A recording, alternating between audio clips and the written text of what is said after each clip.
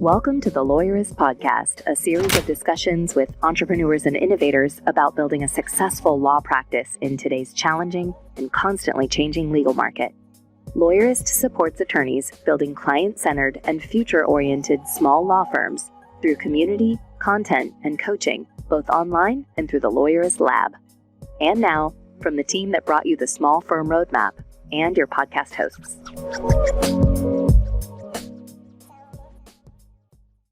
Hi, I'm Zack.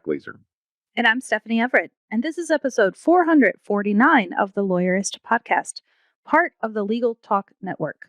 Today, Zack talks with Alex Colkitt about why sleep matters. Today's podcast is brought to you by Clio, Posh Virtual Receptionists, and LawPay. We wouldn't be able to do this show without their support, so stay tuned and we'll tell you more about them later on. Zack, in your other life, you are a track and cross-country coach. Yeah, high school track and cross-country. Teach kids how to tie their shoes and run 5Ks.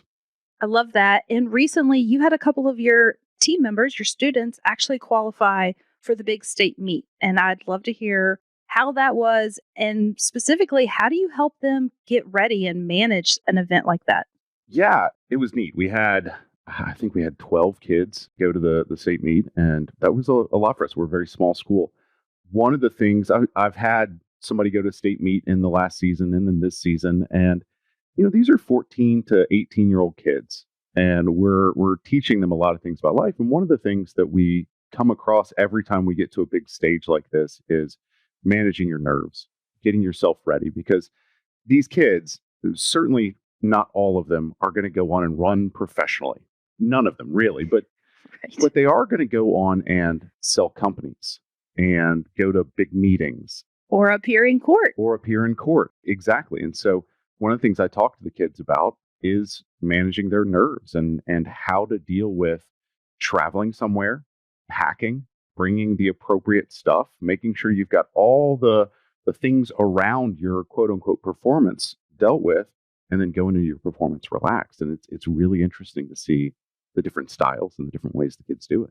Any takeaways that us adults might learn from that we might have forgotten and are a good reminder? Yeah, I think everybody does things differently, but the one thing that seems to work kind of across the board is kind of visioning, imagining what you're going to do, what it's going to be like, and going through the motions until it's nothing to you, until you've gone through the scenarios. You've got, you're in the 4x100 relay and you're the second leg, and you sit there and just kind of imagine and get into a meditative state of what's going to happen when my other runner is coming towards me and I have to reach out and grab the baton. Same thing with court. What's going to happen when I stand up and I make this objection but running through it in your head seems to be the one thing that kind of goes through with everybody and seems to help everybody. Yeah, I love that advice. I really practiced that probably for the first time, really intentionally, after my divorce. So I had gotten divorced and I was going to a mutual friend's wedding, and it was going to be the first time that I saw my now warm-up husband, is what I like to call him.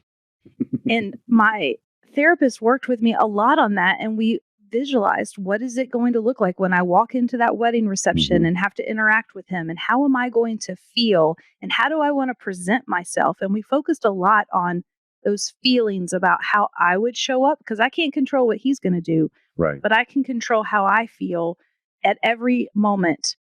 And I can say with all honesty, like, we finally, that night obviously happened, and there was a moment really late in the evening where we ended up at the bar at the same time getting beverages. And I just remember him looking at me and being like, you seem different. Like, you seem amazing. Yeah. Like, and I was in my head, I was like, yes, it worked. It takes a lot to do that, to be in a peaceful place a lot of times. I specifically had a runner this weekend who was going around and trying to figure everything out. It was his first time going to state, and he was going to the track and watching and seeing how it was getting started, whether it was a 2 count or a 3 count. And he was getting himself really riled up trying to over prepare. Mm. And if he had just sat down and envisioned what it is he can control, then he would have been much more balanced. Yeah, for sure. And I think to the last day I had a court hearing, I was nervous Hmm. beforehand. There's probably something a little wrong with you if you're not a little riled up, a little, because it's that anxiety that gets you going, Hmm. that allows you to perform at your top level. But I love this idea of reminding everyone, like, take a moment, visualize. And the other message I heard from you was like, prepare. Like, Hmm. if you're not stressed about whether you brought the right cord for your laptop, you can kind of sit in and relax and be in the moment with everything else that you need to do. Right. Take care of the things that you can take care of. And, really, I'd love to hear what other people do to prepare themselves for court and to prepare themselves for those big days in LinkedIn or Twitter or Facebook, wherever people find this episode. Yeah, let's share among the community all our best practices. Mhm. And now here's Zach's conversation with Alex. Hey, I'm Alex. I am a life coach and motivational speaker, and I help high achievers overcome burnout for good in their lives by helping them reduce their stress, increase their happiness, find meaningful work that they get excited to get out of bed for every morning, and really find the impact and fulfillment in their life that they're looking for. Hey, Alex, thanks for being with us. That sounds like the opposite of every boss I worked for when I was a practicing attorney. Yeah. Reduce stress, make you more fulfilled. So I appreciate you coming in here because obviously our listeners usually kind of live in a world of higher than normal stress. Yes. So it's nice to think about that sometimes. And you have actually done a sleep seminar for us at Affinity Consulting Group. And I listened to that, and that's where I learned about you. And it affected how I approach sleeping, quite frankly. It changed the way I think about sleeping and have thought about sleeping for like my entire life. So thank you. Yeah, good. I was going to say then I did my job. That's exactly what those seminars are for. Get you to think a little differently about what we have been taught around health and holistic health. So I myself, before I became a coach, I worked in corporate in New York City. Mhm. And I was in corporate marketing, and I was so stressed out all the time, and I was not sleeping, and I was a Mhm. miserable version of myself. And what I have learned through my own career transition and my pursuit of happiness, right? Because I was very, very similar to you. My Mhm. bosses didn't care if we were fulfilled. They were just hoping we got our work done on time and the revenue goals were being met every month, right? That's what we cared about. Right. And I decided that I needed to take care of myself. And when we oftentimes think about health, our minds immediately go straight to diet and exercise. But I truly Mhm. believe sleep is actually the cornerstone of good health, because when you wake up exhausted, you're going to slam your snooze button until the very last second. You're going to get out of bed and frantically start your day. It's chaos immediately, right? You're rushing around, you're throwing your stuff in the car, you're not eating breakfast, you're grabbing a cup of coffee, you're going to work, you're going to your desk, you're still in that frazzled energy. Then you're at your desk all day. You probably still haven't eaten something that's nutritious. And then lunch rolls around, you are like, okay, let me grab something quick because I have more things to do. Then you leave work. You're like, I have all these responsibilities. I've got to go pick up the kids. I got to do this or that and the other thing. And you are just in this exhaustion cycle of chaos and franticness. And Mhm. if we had just prioritized a little bit of sleep, you wake up feeling much more positive, much more problem solver oriented. You have more time for those things, right? So I believe sleep is the cornerstone of good health because it is going to be the catalyst for other choices throughout the day, positive or negative, depending on the state you wake up in. Yeah. So I think the kind of natural question to that is like, I get that. Like I think a lot of people go, I would love to have more sleep. Yeah. Would love it. Yeah. How do I do that though? I've got kids, I've got soccer, I've got work, I've got all of these things. How do I prioritize sleep when I don't have time to do the sleep that I have right now?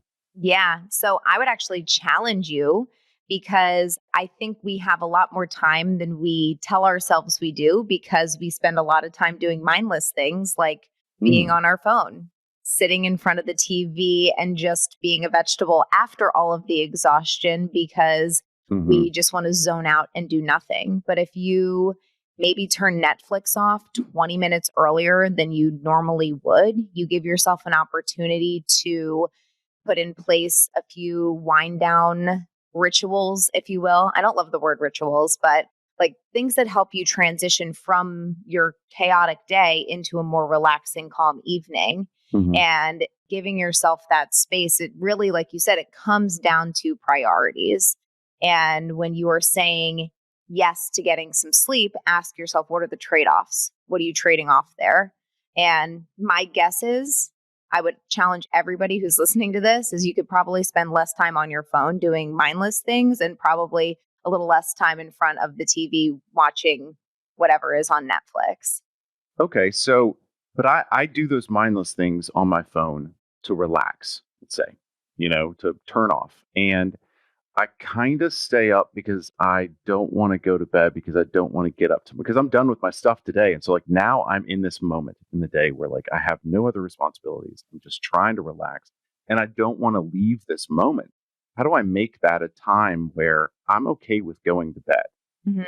I'm okay with leaving that theoretically relaxing moment and going to sleep and then knowing that I'm going to wake up to a stressful day the next day. Yeah. So I think looking at it so we are in the moment, instant gratification type of beings, right? Like we are wired for the instant gratification.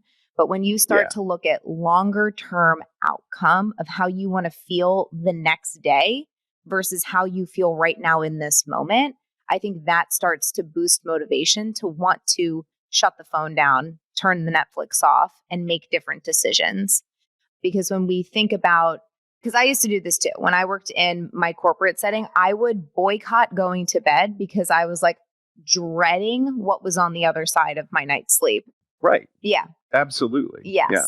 And sleep is actually your number one defense against stress and chaos. So we're kind of doing ourselves a disservice by staying up late to get that me time, because then the next day you're at a disadvantage to actually combat some of the stressful things you're anticipating versus getting in the good night's rest. And those things would not be as stressful and chaotic because you're building your stress resilience up, right? Like I said, so if you get the 7 to 9 hours of sleep that you need the next morning, you're going to wake up the next day. You're going to probably have more time in the morning to eat breakfast, have a slower start, not chaotic and frantically dive right into whatever you're doing, right? Which, like, if that's the note you're starting your day on, that's probably what you're going to pull throughout the rest of your day, that type of energy. So if you're giving yourself the opportunity to start in a more calm headspace and have enough sleep to be actually in a positive mood for the rest of the day, the email from Karen probably isn't going to piss you off as much. Or like the last minute meeting that your boss is throwing on your calendar isn't going to irritate you as much. Like you'll probably say, okay, like I can handle that, right? The problem solver mindset kicks in of like, this email isn't that bad. When we don't sleep enough, that's where our moods take a major hit and we're like highly irritated. Everything seems catastrophic and you're just not setting yourself up to be able to handle those situations in a more rational standpoint. Whereas like we react very emotionally if we are tired, right? Yeah. So it's just removing I mean, that's like a very long answer to what you asked me, but in the moment, it's asking yourself like instant gratification versus long-term outcome. How do I want to feel tomorrow? And then making decisions that help you get to that place. Well, so I also think about, kind of having lack of sleep. I kind of put it in the same box as my mental health. Yeah. It is really difficult sometimes to recognize that your mental health is lacking or starting to go downward because you're trying to use the thing that is breaking or bending to fix the thing that is breaking or bending. And so kind of the same thing with sleep is when I'm tired, that's when I'm not making good decisions. So it hits 10:30, 11:30, 12 o'clock at night, and I'm really tired still, and I'm not making those decisions to prioritize sleep. Are there any kind of tricks or ideas that I can do to set those habits or kind of have a touch point, kick myself in the rear without like having to really think about it? Yeah. Like past Zack Yeah. told current sleepy Zack to do this thing. Yeah. Absolutely. So have you ever heard of the 5-second rule? Only as it relates to food that hits the ground. Perfect. Okay. Well, this is a new 5-second rule. Okay. So once you get to the gym, right, you are not regretting the workout at all, right? Like once the object is in motion, it's going to stay in motion, right? So this 5-second rule theory is the way to get you out of your head and talking yourself out of why you shouldn't do something and just start to take that action, right? So like if you're sitting on the couch and you're like, okay, Netflix triggers you to play another episode and you're like, man, I want to stay up. Man, I want to stay up, right? And you're like, I should be going to bed. And you start to play that like mental game with yourself. Yeah. Take a deep breath. 5-second rule means you count down from 5, 4, 3, 2, 1, and you just take action. Like the first baby tiny step. Don't even think about your 20-minute bedtime routine, right? Like what's the first thing you need to do in that routine? Just like focus on getting that first thing done. So the 5-second rule helps you get started in a moment of indecision before your brain talks you out of it, because that's what our brain's going to do. Okay. So I'm sitting there, I'm watching Mandalorian and I want to see the next episode, but I go 5, 4, 3, 2, 1, and I stand up. Yep. I can see that. I can envision that going, oh, well, I might as well turn the television off at this point. Yeah. I'm already going that direction. Yeah. Okay. Right? You like fluff the pillow once, you throw the blanket over the side, right? And then you start walking away. And then all of a sudden you're in the bathroom, you're brushing your teeth, your pajamas are on, you're in bed and you're ready to go, right? You don't even think about those things because my guess is you already have some level of a nighttime routine, whatever that looks like, right? So to get the motivation started, use that 5-second rule. And then if there are things that you want to insert into your routine that you think are going to help you actually relax outside of like scrolling on your phone, we call that habit stacking. So for instance, if I wanted to insert 2 minutes of stretching, by stretching our muscles out, we're triggering our parasympathetic nervous system, which is our rest and digest nervous system, which is calming. That's going to tell our body like we're getting ready to chill. Right. So if I'm like, okay, that's a really beautiful habit to insert into my nighttime routine so that my body knows we're transitioning from the stimulation of the day into calm and relaxing of night so that I can fall asleep faster. So if I wanted to incorporate that into my nighttime routine, I would stack it in between habits that I'm already doing during that time. So like every single night I'm putting my pajamas on. That is obviously, right? And like every single night I'm brushing my teeth. So I would say, okay, as soon as I get into my room, I'm going to put my pajamas on.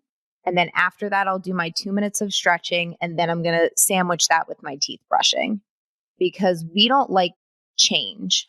We don't like doing anything outside of anything new, right? And so what you're doing is kind of tricking your body and your brain to slipping in those habits within something it's already very familiar with. So it'll be easier to stick to that and be more consistent when it's not totally disrupting your entire routine already. That's where we oftentimes fail when it comes to building new habits and making changes to our life, because we go from 0 to 100, right? We're like all or nothing. And then it's like, I've never lifted a weight before in my life. And all of a sudden now I'm telling myself I'm going to the gym to strength train 5 days a week. Like our body's going to be like, what the hell is going on? Right. So yeah. Habit stacking is a way to start to build tiny habits that are so easy for you to do within things that are already happening. And that's going to help you, like, again, 5-second rule is going to get you motivated to get going. And then the habit stacking is going to help you build a routine that sets you up to fall asleep quickly once you're in bed. I love it. I love tricking Zack. I love tricking myself into doing the things. You know, future Zack, I'm coming for you, man. Yeah. You know, I'm gonna get you into a much better place, whether you like it or not. Well, let's take a quick break here from our sponsors, and we'll be back, and we'll talk about some of the habits that we can use before we go to bed that will help us have a better night's sleep. Mm-hmm. The Lawyerist podcast is brought to you by Posh Virtual Receptionists. As an attorney, do you ever wish you could be in two places at once? You could take a call while you're in court, capture a lead during a meeting, or schedule an appointment with a client while you're elbow deep in an important case? Well, that's where Posh comes in. Posh is a team of professional, US-based live virtual receptionists who are available 24/7, 365. They answer and transfer your calls, so you never miss an opportunity. With Posh handling your calls, you can devote more time to billable hours in building your law firm. And the convenient Posh app puts you in total control of when your receptionist steps in. So if you can't answer, Posh can. And if you've got it, Posh is always just a tap away. With Posh, you can save as much as 40% off your current service provider's rates. Even better, Posh is extending a special offer to Lawyerist listeners. Visit posh.com/Lawyerist to learn more and start your free trial of Posh Live Virtual Receptionist services. That's posh.com/Lawyerist. And by Clio. What do solo and small firm lawyers with great client relationships have in common? They use cloud-based legal practice management software to run their law firms. This is just one finding from Clio's latest legal trends report. There's no getting around it. The fact is, when it comes to client expectations, standards are higher than ever before for lawyers. Proof is in the numbers. 88% of lawyers using cloud-based software report good relationships with clients. For firms not in the cloud, barely half can say that. That gap is significant. For more information on how cloud software creates better client relationships, download Clio's Legal Trends Report for free at clio.com/trends. That's Clio, spelled CLIO.com/trends. And by LawPay. Did you know 80% of lawyers struggle to make their firms profitable? If you want to build a thriving practice, you need the right set of tools.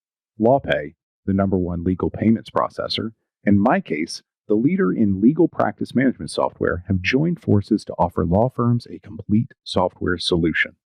Access everything your firm needs to succeed all in one place.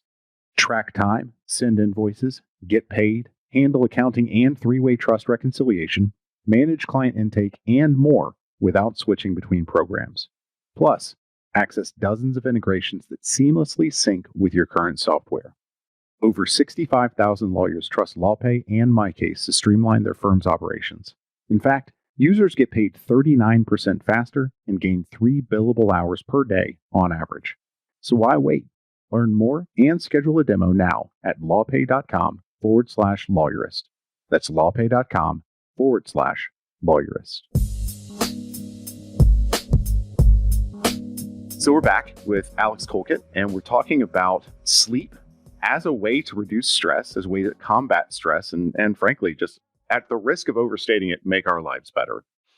And before the break, we were talking broadly about how to kind of put some of the habits into place that help us go to sleep, because frankly, all of us would like to sleep 12 hours. Mm-hmm. Like, that's the beauty of vacation a lot of times is what do you want for vacation? I want to sleep. So how do we make that happen? How do we prioritize that? And so now I'd like to talk about how do we make the sleep that we are getting best, and get ourselves to sleep and stay asleep. Mm-hmm. Yeah, I love this question. I think for busy professionals, I would argue, and especially from clients I've worked with, the thing that they find the most difficult is actually falling asleep and getting to bed, right? Because what tends to happen is we are go, highly stimulated the entire day. And then we get into bed and we feel exhausted. And then that's when our brain is like, oh, we have a minute to think about something. And then it turns on. And then anxiety brain is going crazy. And you're like, I've got to do this tomorrow. I got to go there tomorrow. I have to run this errand. I have to do that. Right. And you're like laying down and you're like, I was exhausted on the couch 5 minutes ago. Why am I wide awake right now, running through my to-do list for tomorrow and worrying about things that I cannot control right now?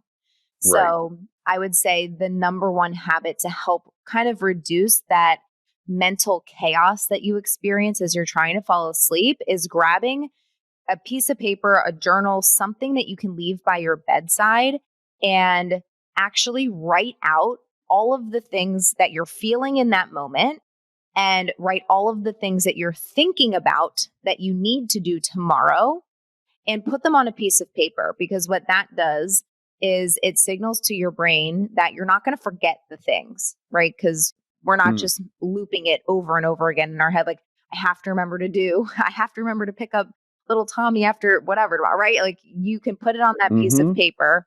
You also want to write down, like I said, how you're feeling, right? We oftentimes don't really ever check in with our feelings, and we kind of live in this just, again, go, go, go mentality.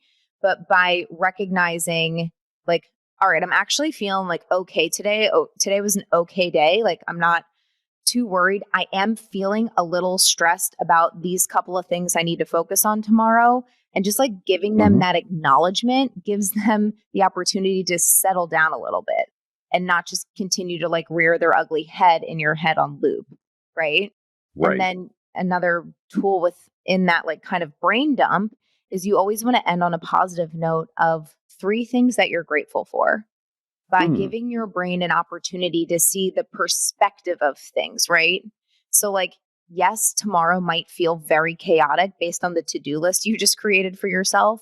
But if you remind yourself of the bigger picture of life, of like, wow, I'm so grateful for my job because it affords me the lifestyle I want to be living. I'm so grateful for the time I got to spend with my loved ones this evening watching this movie, right? Like, if we put our lives in perspective in comparison to this chaos we've created in our head and in reality, I'm not going to negate the fact that there are actual chaotic things. We tend to blow things out of proportion more often than not. So again, that grounds us in the perception of like, we have a lot of really positive things happening in our life. And then you set that piece of paper down and you say, I am not worrying about this till tomorrow because there is nothing I can do about it right now. And that allows you to get some sense of mental peace and will help you, again, calmly like let that go for now and fall asleep a lot faster. That's probably my number one recommendation when I hear you're having a hard time falling asleep or you are waking up in the middle of the night. Because again, your brain is still in that chaos mode of like, did I forget something? You know?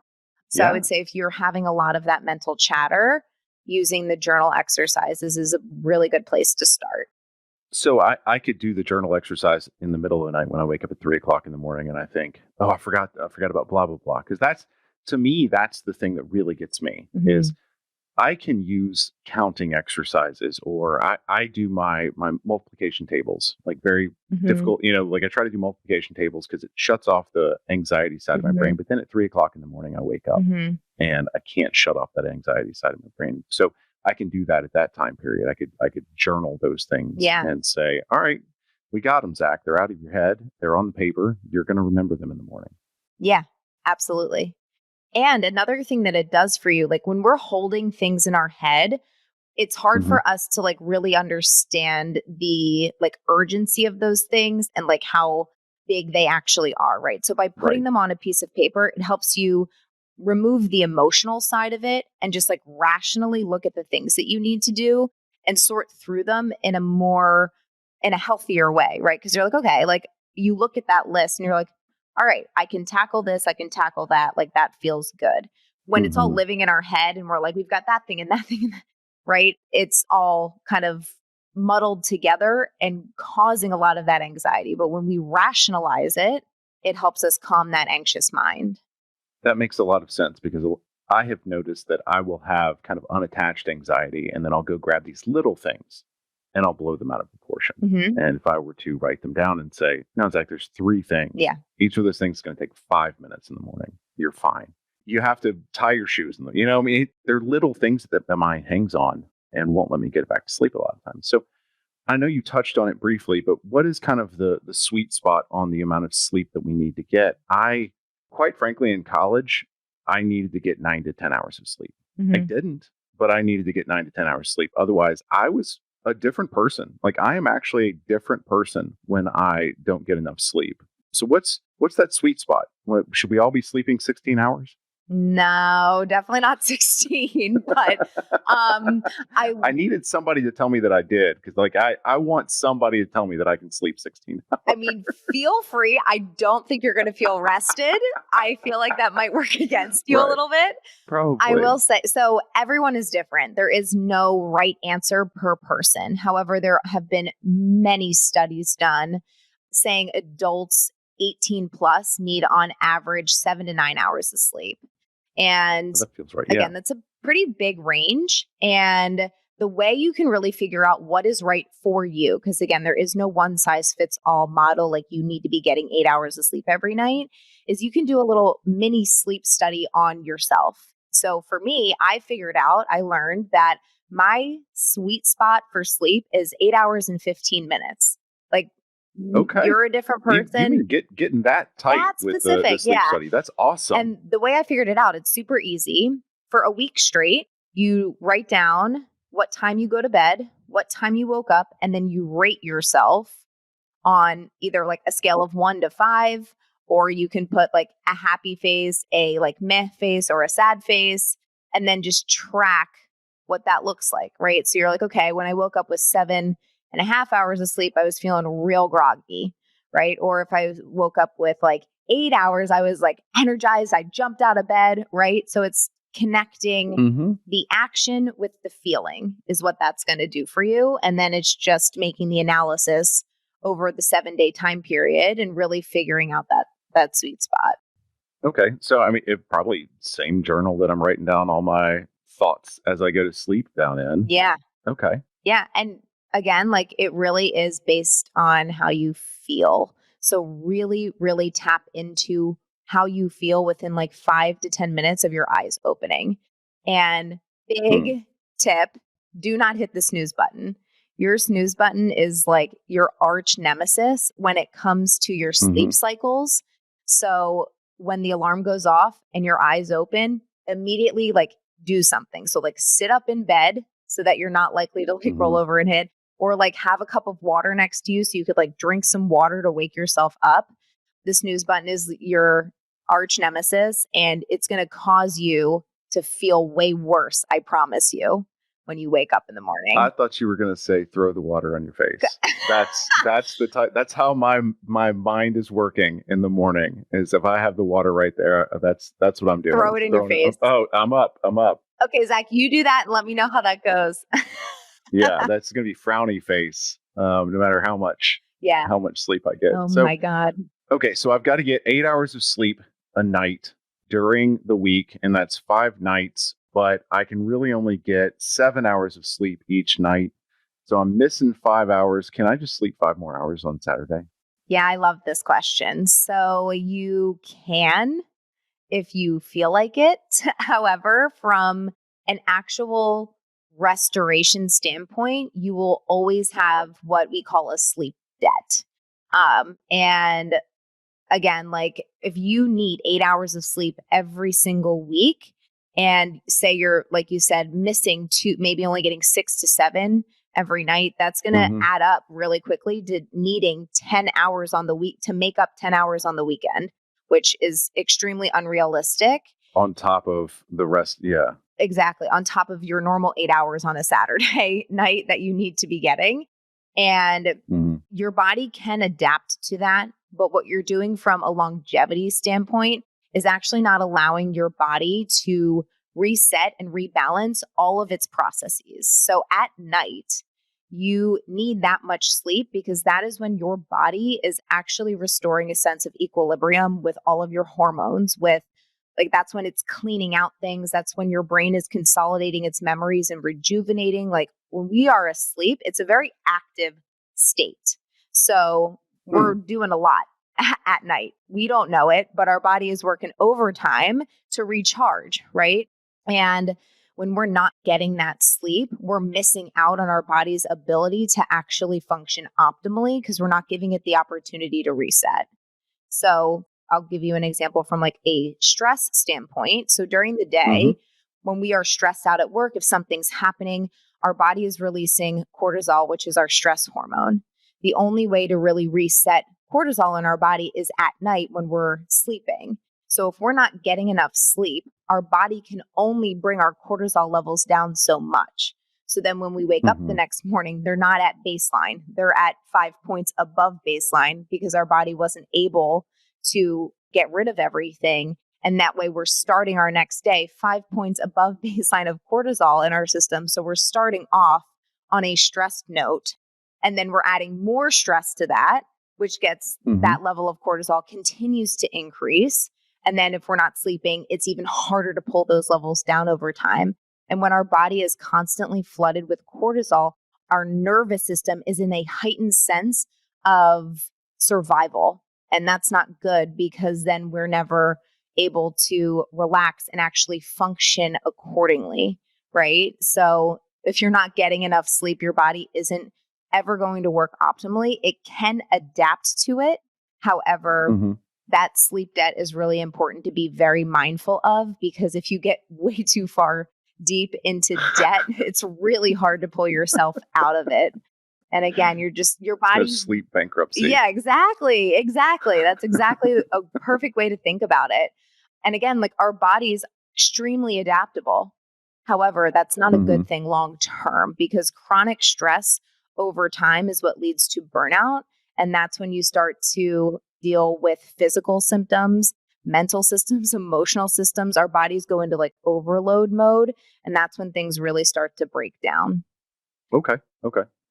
So even if we were to catch up that sleep debt on the weekend, we've still just run ourselves a little hotter than we probably need to or should with that stress level the whole week, because we've been, kind of building that up. And even if we do get it reset on the weekend, which we probably aren't anyway, probably if we're not running that hot during the week, it still wouldn't help us very much. So yeah.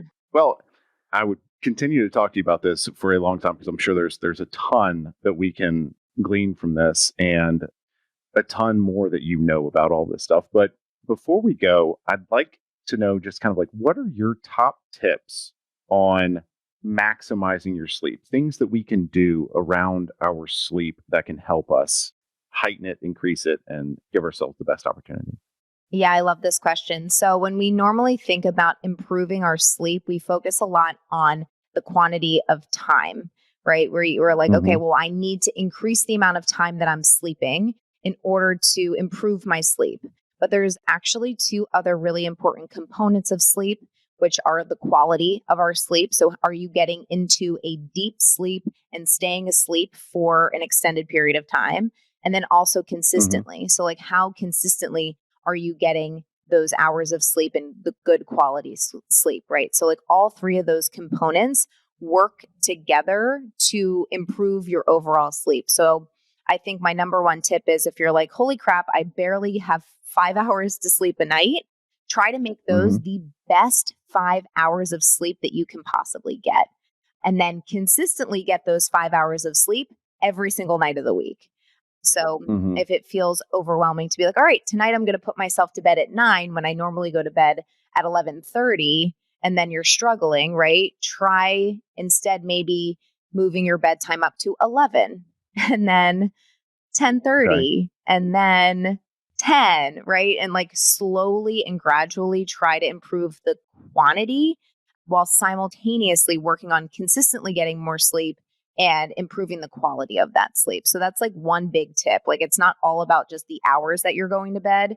It's actually making those hours count and consistently making those hours count. So 3 things to keep in mind when it comes to improving sleep there. And then I would also say sleep schedules are really important to stick to, again, to help avoid that sleep debt from happening. So waking up and going to bed at the same time, 7 days a week. So even on the weekends, not sleeping in until like noon, right? So if you normally are getting up around like 6 or 7 in the morning, try to wake within an hour of that every day of the week. And then the same with bedtime. That's going to help you sync up with your circadian rhythm, which is your internal clock. And it works on a 24-hour cycle with the rising and the setting of the sun. And when you sync up that clock to be consistent day over day, what that's going to do is tell your body that, okay, it's morning time and it's going to trigger peak wakefulness during specific hours. So you're going to feel more awake in the morning. And then it's also going to tell your body to wind down and be consistently tired at a specific time. So you're going to feel more tired and ready to fall asleep at night more consistently. Mm-hmm. So syncing up that clock is really important because that's going to help with the consistency aspect of improving sleep. So those would be like my two big things. Okay. And I've got one more question that I'm a little scared to ask. Okay, here we go. Caffeine. Oh, I drink a lot of coffee in the day, and I like coffee. It tastes good. It's nice. It's warm. I'm guessing, not to put words in your mouth, but I'm guessing that, 8 cups of coffee is not the right thing to do each day for my sleep. yeah. So I'm like you. I love the experience of a cup of coffee. Mm-hmm. I love the flavor. I love the warmth. I love like the ritual in the morning. Mm-hmm. And I'm never going to tell somebody never to drink coffee again because I love it, right? I think moderation is key because another very important biological processes in our system is adenosine. And this is our like sleep pressure that's going to build up over time. And so if we are drinking a lot of caffeine, our adenosine receptors aren't going to be triggered. Caffeine holds those back. So when the caffeine wears off and has a half-life of 6 hours, that's maybe 3:00 p.m., you're going to get this huge rush of tiredness. And then all of a sudden you're like, I need that other cup of coffee, right? You're like, oh my God, where's the 8th, 9th, 10th cup, right? So the more caffeine you're drinking, the more you're actually working against yourself as far as improving sleep because you're blocking one of the biological processes that actually helps us fall asleep and feel sleepy at night. So my recommendation is if you love coffee and you love the flavor, drink it before 10 a.m., especially if you want to go to bed by 10 p.m. because caffeine's out of our bloodstream after 12 hours. Okay. Yeah. So I would limit it to 1 cup in the morning if you can. And then if you love, again, the experience of a coffee, switch to decaf. It tastes relatively the same. I'm on a decaf kick right now, but it still gives me the thing that I'm craving when I want the coffee. So if you are going to drink it, 1 cup in the morning, I'm never going to say never. It's all about moderation, right? Yeah. That's just impossible. I could never actually stop. Exactly. Because if we constantly are blocking this sleep pressure and then we get to bed and we are exhausted, again, there's still so much caffeine in our bloodstream as we're sleeping and our body is just working to get rid of that. And it's not actually doing the other things it needs to be doing at night to restore our balance. Okay. That makes a lot of sense because full disclosure, we're recording this at right around 3:15 my time. And I'm thinking, man, I'm going to take a nap here in a little bit because my caffeine is wearing off. Yeah. I have been cranking caffeine all morning and it's starting to wear off. Normally, though, I'd go get another cup of coffee, but that will affect my going to sleep tonight, which I don't want to do. I think everybody wants to sleep well. People want to sleep well. They want to sleep long. They want to sleep deeply, but we don't always know how to do it. We don't always trust how to do it because at some point, kind of going back to what you were saying at the beginning of like looking at it from a long-term perspective instead of the instant gratification, like I will feel better tomorrow if I sleep 8 hours or 7 hours or whatever it is that you need. But just kind of actually taking a moment and doing that. Yeah. And I'll challenge you, instead of grabbing a cup of coffee for the afternoon, go for a 10-minute walk. It's going to give you the same amount of energy and that energy boost you're craving. So you're physically moving your body and that's going to give you a little hit of endorphins. And that's going to give you the same amount of energy as drinking another cup of coffee, but in a much healthier way. So you're getting the hit of physical activity and then it's also going to help you fall asleep easier later. Fantastic. I will unfortunately go do that. Now, I will take your advice today. Fine. I'll go for a walk. Yeah. Fine. I will go for a walk and I'll get healthy and I'll sleep well. And it'll be all your fault, Alex. All your fault. I'm so sorry to ruin your life. Exactly. Well, hopefully some of this information has equally ruined other people's lives in this in the podcast. And I hope people have gotten a lot of good information from this. Alex, thank you for being with us. If people want to find more of you, more of what you have to say and all that, I know they can find you on Instagram at alex.colkitt, and that's COLKITT. Where else could they connect with you? Yeah, I'm a big fan of LinkedIn. So you can find me on LinkedIn as well. I do a lot of live trainings there. I have a lot of cool resources there for you to check out. So LinkedIn is where I'm at too. And you just search my name. Fantastic. And we'll drop those links in the show notes here. But again, it's Alex Colkitt, COLKITT. Alex, thanks again for being with us. I really appreciate your time. Yeah, thanks for having me. It was a great conversation. The Lawyerist podcast is edited by Brittany Felix. Are you ready to implement the ideas we discuss here into your practice? Wondering what to do next? Here are your first 2 steps. First, if you haven't read the Small Firm Roadmap yet, grab the first chapter for free at Lawyerist.com/book. Looking for help beyond the book? Let's chat about whether our coaching communities are right for you. Head to Lawyerist.com/community/lab to schedule a 10-minute call with our team to learn more. The views expressed by the participants are their own and are not endorsed by Legal Talk Network. Nothing said in this podcast is legal advice for you.